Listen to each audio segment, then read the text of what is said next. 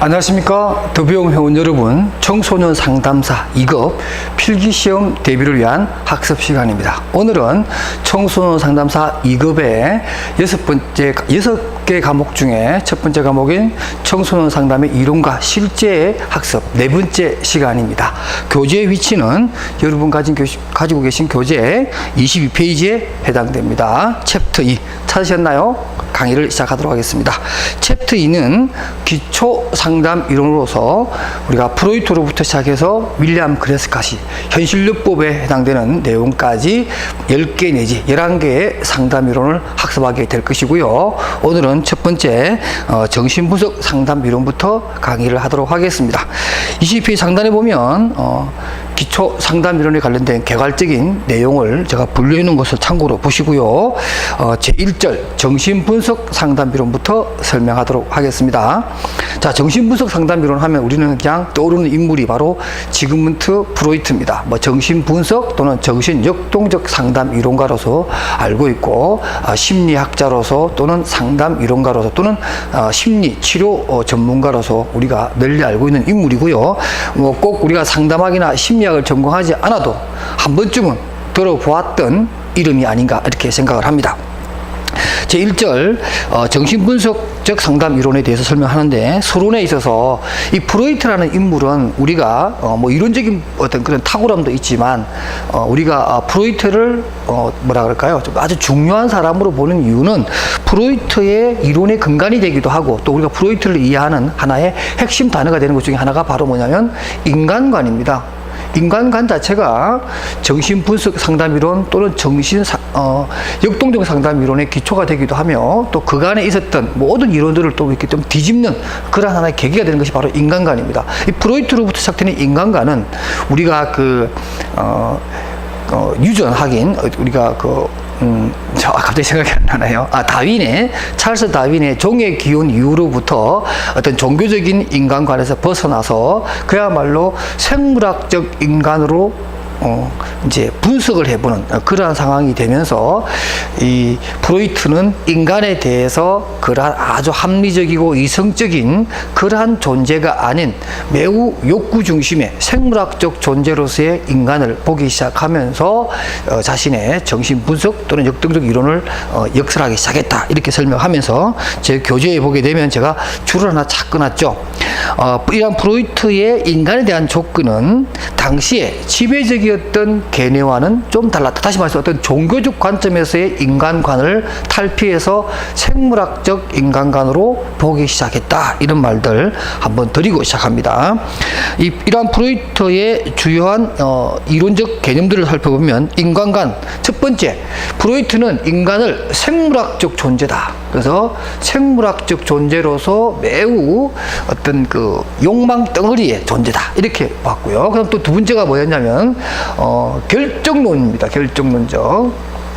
기독교에서 말하는 결정론적 그런 것이 아니라, 결정론적 구원론 그런 것이 아니라, 인간의 성격이라고 하는 것들이 보통 0세에서 5세 사이에 아주 어렸을 때의 어떤 양육 또는 어떤 부모와의 어떤 관계, 타인들과의 관계 속에서 그 사람의 성격이 결정이 되어진다라고 하는 그러한 입장을 취했고요. 또 마지막으로는 분석적이다. 그러니까 인간이라고 하는 존재가 분석이 되지 않는 것이 아니라 자연의 어떤 법리라든가 어떤 세상을 구성하는 물질의 세계와 같이 인간의 의식이라든가 인간의 성격이라든가 하는 이러한 심리적인 영역까지도 분석이 가능한 존재로서 인간을 보았다. 이 세 가지 여러분들 꼭 기억하시기 바랍니다. 이러한 세 가지의 어떤 이 요소와 주장 내용이 나중에 설명하게 될 알프레드 아들러의 개인주의적 상담 이론과 이렇게 결별을 하는 또는 차이점을 나타내는 그러한 기준점이 된다, 이런 면에서 매우 중요하니까 꼭 학습해 두시기 바랍니다.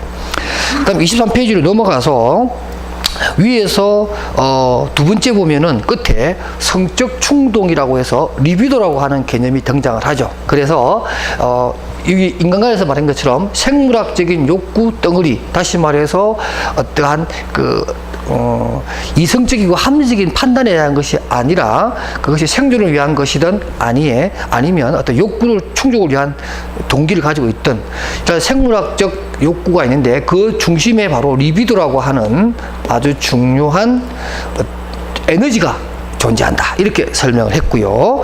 그 다음에 이제 양가로 3번에 보게 되면 프로이트는 인간을 분석한다 그랬으니까, 쪼개서 본다라고 했으니까 인간의 어떤 정신적인 성격 구조를 원초화라고 하는 이드, 그 다음에 에고, 그 다음에 슈퍼 에고 이렇게 쪼개기도 하고, 또 인간의 어떤 성격 구조뿐만 아니라 거기 나오는 의식 같은 것도 의식, 전의식, 무의식 이렇게 해서 의식 그 자체, 정신세계 자체를 또 낱낱이 쪼개서 보는 이러한 관점을 언급합니다.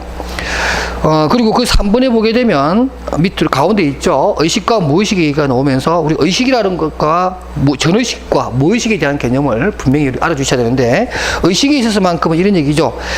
제가 첫 번째 줄의 내용을 읽겠습니다. 의식은 어떤 순간에 우리가 알거나 느낄 수 있는 모든 경험과 감각을 말한다. 자, 느낄 수 있는 이쪽에다 우리가 줄을 쫙 끄시면 됩니다. 그러니까 의식이라고 하는 것은 느낄 수 있는 영역이다. 그 다음 두 번째, 전의식에 대해서 얘기를 합니다. 전의식이 조금 애매한 부분이 한데 이런 겁니다. 전의식은 흔히 이용 가능한 기억으로 불린다. 다시 말해서 늘 머릿속에 있는 것은 아니지만 내가 조금만 주의 깊게 생각을 하게 되면 바로 의식 세계로, 의식의 영역으로 올라와서 기억이 가능한, 활용이 가능한 그러한 의식 영역을 전의식이라고 한다. 마지막으로 무의식입니다. 그야말로 프로이트 이론의 핵심 중에 핵심이 되는 개념으로서 무의식이죠. 무의식이라고 하는 것은 뭐냐면, 우리가 인간의 행동이라고 하는 게 대부분 의식을 한 상태에서, 인지한 상태에서 행동을 할 거라고 생각하지만 프로이트는 그렇게 보지 않는 거죠. 인간의 행동이라고 하는 것이 결과적으로 보면 무의식이라고 하는 개념이 훨씬 더 많이 작용이 되어서 행동의 원인을 제공한다, 이렇게 보는 거죠. 그래서 무의식에 담겨져 있는, 예를 들면 경험이라든가 또는 여러 가지 기억들이 지금 현재 우리 눈앞에 보이는 행동의 원인이다 라고 함으로 해서 무의식의 세계를 강조함으로 해서 이렇게 의식을 세 가지로 나눴다, 이렇게 여러분 알아두시기 바랍니다.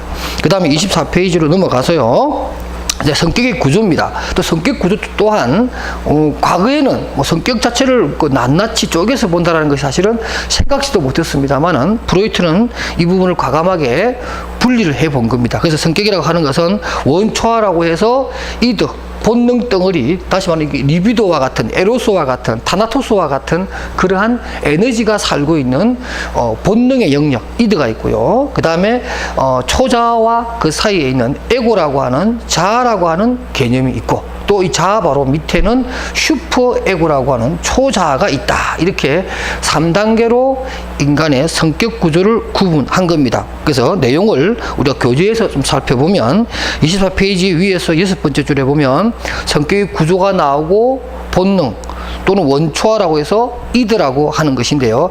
가장 원시적인 체계로서 쾌락의 원리를 적용하는 그러한 부분이다, 이렇게 얘기하고, 어떤 억압을 싫어하고 어떤 쾌락적인 부분만 추구하는 인간의 본능적인 내용을 설명한 부분이고요. 그럼 두 번째는 에고입니다. 현실의 원칙이죠. 그래서 초자와 원초화 사이에 끼어 있으면서 이성과 분별의 원칙에 의해서 교통순경처럼 이렇게 이드와 초자를 조절하는 그러한 현실적인 영역이 하며 주로 검열이라고 하는 작용을 합니다. 검열작용을 해서 어떤 이드의 욕구를 검증을 해서 이것이 적합한가, 슈퍼에고, 초자를 침범하는 것은 아닌가 하는 것들에 대한 검열작용을 하는 것이 바로 에고, 자아의 역할이다.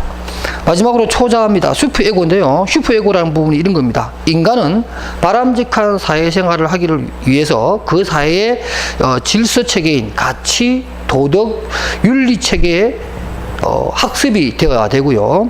이러한 것들은 사회화 과정을 통해서 이루어집니다. 그러니까 이 이드하고 에고, 슈퍼에고 세 가지는 있지만 프로이트는 말하기를 이드와 에고는 어쩌면은 태어남과 동시에 취득을 하는, 그야말로 생덕적으로 태어나면서 득하는 요소라면, 생덕적 요소라면 이 슈퍼에고는 사회화 과정에서 학습되는 것이다, 이렇게 설명을 합니다. 그러니까 발달 체계죠. 발달 과정에서 만들어지는 것이 슈퍼에고다라고 해서, 슈퍼에고라고 하는 것도 여기 말하는 0세에서 5세 사이에 어떤 부모의 양육 태도라든가 이런 것을 통해서 만들어지고 발달되는 체계로서 이러한 슈퍼에고 두 가지를 설명합니다. 그 두 가지가 바로 24페이지 아래쪽에 있는 양심이라든가 그 다음에 자아 이상을 말합니다.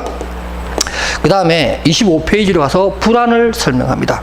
슈퍼 이론 중에 또 프로이트 이론 중에 이 불안이라는 의미가 있는데요. 이 세 가지가 또 재미있습니다.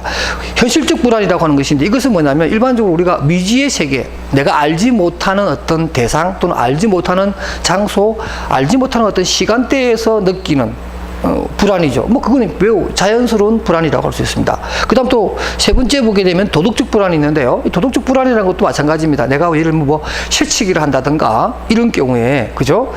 마음 좀 찜찜하죠. 그래서 새치기 하는데 누가 비난하지 않을까 하는 어떤 양심에 조금 꺼림직한 것들, 이런 불안이 있죠. 이런 건 매우 건강한 불안이에요. 누구나 다 그런 불안을 느껴야 될 것이고, 만약에 그러한 불안을 느끼지 않는다, 우리는 그걸 말을 뭐죠? 우리가 좀 우스갯소리로 양심에 털이 난 사람, 이렇게 얘기하잖아요. 이런 불안은 우리가 매우 건전한 불안이라 할 수가 있습니다. 그러나 프로이트 이론에 이제 문제가 되는 것은 바로 그 신경증적 불안이라고 하는 겁니다. 자, 신경증적 불안에 대한 교재를 한번 보겠습니다.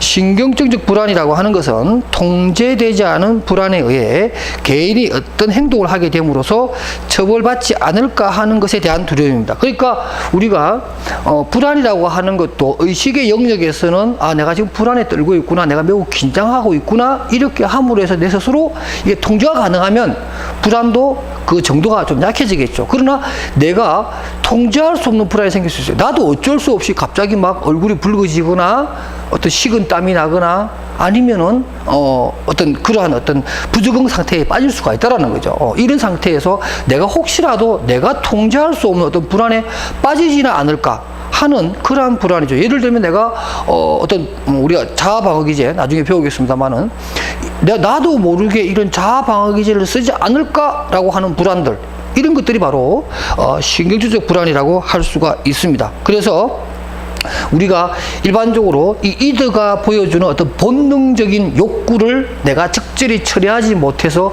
나도 모르게 뭔가 잘못된 행동을 하거나 불안에 빠지지 않을까 하는 그런 불안이죠. 그러니까 이드와 관련되어 있는, 본능과 관련되어 있으면서 그 불안이 또 무의식 세계에서 작동하기 때문에 이드의 욕구와 관련되면서 무의식 영역에서 일어나는 불안이 바로 신경증적 불안이다, 이렇게 여러분들이 정리해 주시면 되겠습니다.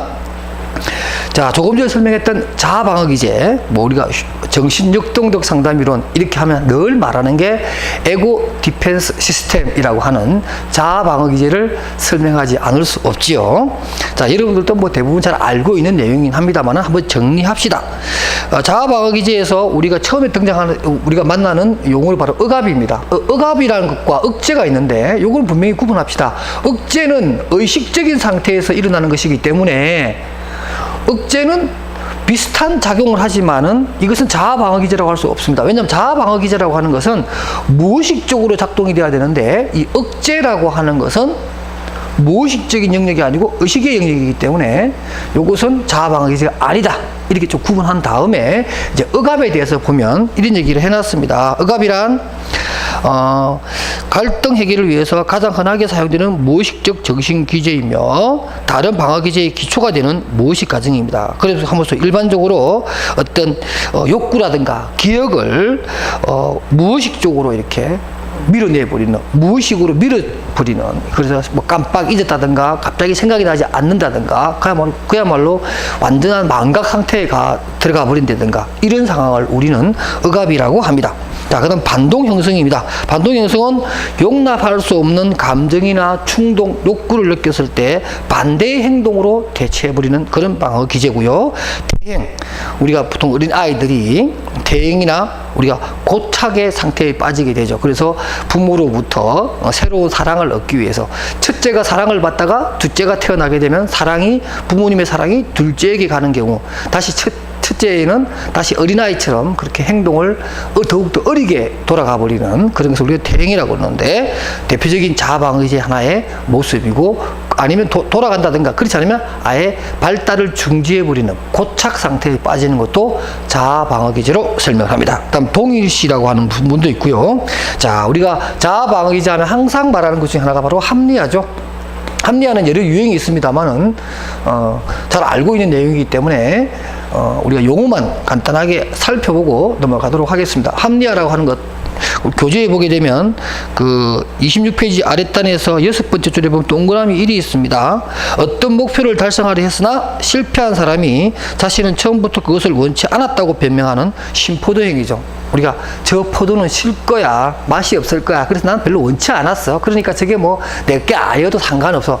사실은 상당히 간절히 저 포도를 먹고 싶었으나 저 포도를 내가 가질 수 없다라고 판단이 되고 결정이 나면 그래, 그 포도 맛이 없었을 거야, 뭐 내가 먹어도 별로 효용성이 없을 걸, 이렇게 하면서 스스로 자기를 위안해버리는 이러한 방법이요. 그 다음 그 반대의 경우 달콤할 것이다 라고 하는 합리화. 그 다음에 이제 어떤 책임을 다른 사람에게 전가하는, 자기가 잘못해놔놓고 또는 자기가 간절히 원했음에도 불구하고 다르게 얘기해버리는 거죠. 이걸 물론 뭐 투사라고 하는 또 독립된 자아방어기제로 설명하기도 합니다. 자, 이렇게 해서 합리화에 관한 얘기를 좀 살펴보았고요. 그 다음에 27페이지 가면 치환이라고 합니다.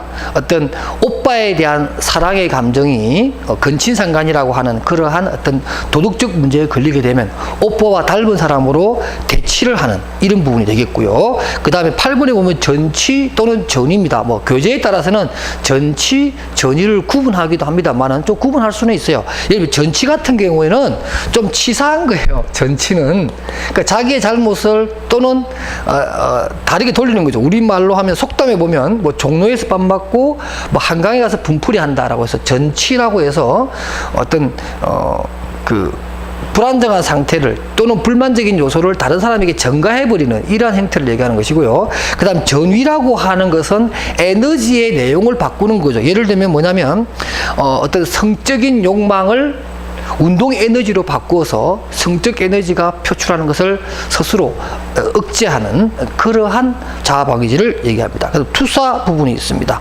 투사라는 것도 마찬가지로 아까 앞에 설명했던 것처럼 자신의 문제를 어떤 다른 이유를 들어서 그리로 투사시킨다. 말 그대로 프로젝트죠. 쏘아버린다는 거죠. 예를 들면은 어떤 그 남자에 대한 강한 어떤 성적 욕구를 느끼는 여자가 세상의 모든 남자는 다 도둑놈이야, 이렇게 얘기함으로 해서 자기의 어떤 성적 욕구를 감추려고 하는 이러한 행위, 투사라고 하는 자아방어 기제다, 이렇게 설명이 되고요. 그 다음에 상징화, 분리, 이런 부분은 교재를 참조로 보시고요. 그 다음에 이 부분이 있습니다. 또 자아방어 기제 재미있는 걸 바로 이렇게 성화라고 하는 겁니다. 성화. 여러분 교재 28페이지 제가 두 번째 14번째 돼 있는데, 이 성화가 일반적으로 우리가 진로 설계라든가 그 사람의 직업을 갖는 이유 중에 하나가 이 성화라고 하는 자아방어 기제의 결과물로 직업을, 어떤 특정한 직업을 갖게 된다, 이렇게도 설명을 합니다. 헬이라는 부분과 신체화, 여러분 19번에 보게 되면 신체화 부분이 있죠. 뭐 수익은 계통의 내용이 어떤 자기 어떤 의지와 상관없이 행동하거나, 뭐 군대를 입대를 앞둔 친구가 군대 가기 싫어서 갑자기 시력을 잃어버린다든가, 아니면 뭐 상상 임신을 겪게 되는가, 우리 속담에는 사촌이 땅 사면 배가 아프다든가, 이러한 것들의 자아방어 기제로서 우리는 신체화라고 하는 것을 얘기할 수가 있습니다. 또 우리가 프로이트를 얘기하면서 빠뜨리지 않고 얘기해야 될 것이 바로 29페이지에 나오는 바로 성격 발달 단계입니다. 성격 발달 단계는 바로 프로이트의 리비도라고 하는 내용을 가지고 설명을 해야 되는데요. 교재를 가지고 설명을 하겠습니다. 29페이지 가운데 중에 보면 심리 성적 또는 성격 발달 단계를 얘기하면서 리비도 위치에 따라서 분류한다라고 하면서 리비도, 성적 충동 에너지인 이 리비도가 태아 때 태어나자마자는 바로 입에 구강기에 머문다라고 하면서 이때는 어떤 부모로부터의 어떤 친절한 어떤 양육 태도를 경험하느냐 안 하느냐에 따라서 아이의 어떤 성격이 만들어질 뿐만 아니라 이때 최초로 양가 감정이라고 하는 것을 겪게 됩니다. 자, 여러분들 일반적으로 양가 감정이라는 게 그런 거죠. 뭐 말 그대로 두 개의 가치가 충돌하는 생각입니다. 예를 들면 내가 뭐 아버지로서 존중해야 되지만 또 아버지에 대한 어떤 질투심에 대해서 아버지를 미워하는 마음, 뭐 이런 두 가지 사랑하는 마음과 미워하는 마음 이런 것들이 중첩이 되어서 한 곳에 머물러 있는 이런 것을 우리가 양가 감정이라고 합니다. 이때가 이제 구강기 때 경험하게 된다. 꼭 기억하시고 그다음 학문기 때로 넘어갑니다. 이때는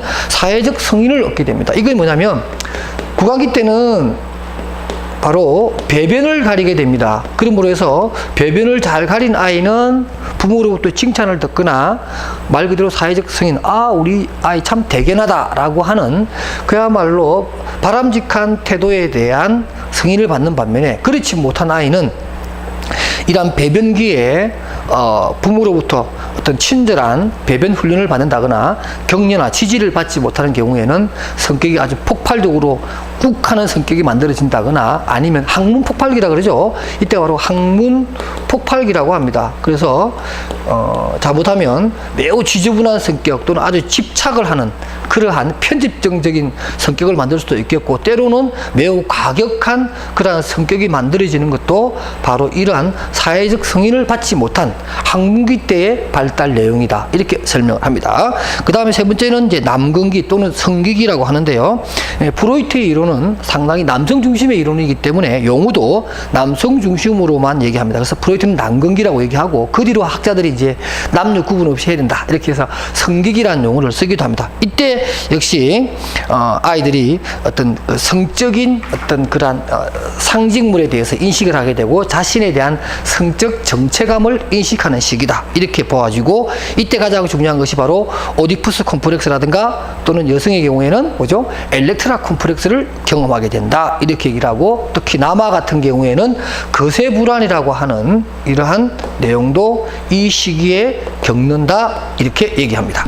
그 다음에 잠복기를 들어가게 됩니다. 이 잠복기 때는 특별한 어떤 그러한 내용은 많이 나오지는 않고요. 그러나 이 잠복기에도 이성에 대한 관심은 굉장히 커진다. 이렇게 얘기하고 그 다음에 이제 생식기 마지막 5번째 단계에서는 생식기입니다. 이때는 이제 그야말로 이제 사춘기로 들어가는 그런 시기이기 때문에 매우 격동적인 시기이며 그야말로 질풍노도의 시기가 되면서 리비도 성적 충동의 에너지가 최고조로 올라가면서 사춘기 시기로 들어갑니다. 여러분들 사춘기라는 게 뭐죠? 사춘기라는 게 말 그대로 이 생각사자에 그죠? 사춘기니까 이 사춘기라는 게 봄춘자는 봄을 생각하는 것이 아니라 우리가 보통 말하는 무슨 섹스 내지는 성적인 우리가 과거에 좀 좀 포르노 사진 같은 걸 갖다 우리가 춘하도라고 그랬어요. 춘하도 그죠? 그래서 이제 춘자가 어떤 섹슈얼리즘 또는 섹스를 얘기합니다. 그래서 이러한 청소년 시기의 사춘기라는 말은 늘 이러한 섹스에 대한 성적인 욕망에 대해서 생각하는 시기다라고 하는 내용입니다.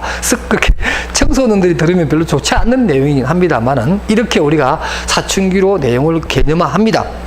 바로 이러한 시기는 바로 5번째의 리비도의 단계다. 이렇게 설명할 수가 있습니다. 자, 이렇게 해서 우리가 프로이트의 정신분석 상담 이론에 해당되는 내용을 앞부분을 설명을 해드렸고요. 다음 시간에는 이러한 정신분석 상담 이론의 기법이라든가 상담의 과정, 상담의 목적 등에 관해서 정신분석 상담 이론을 좀 더 공부하도록 하겠습니다. 오늘 수고하셨고요. 여러분 다음 시간에 또다시 프로이트로 만나겠습니다. 수고하셨습니다.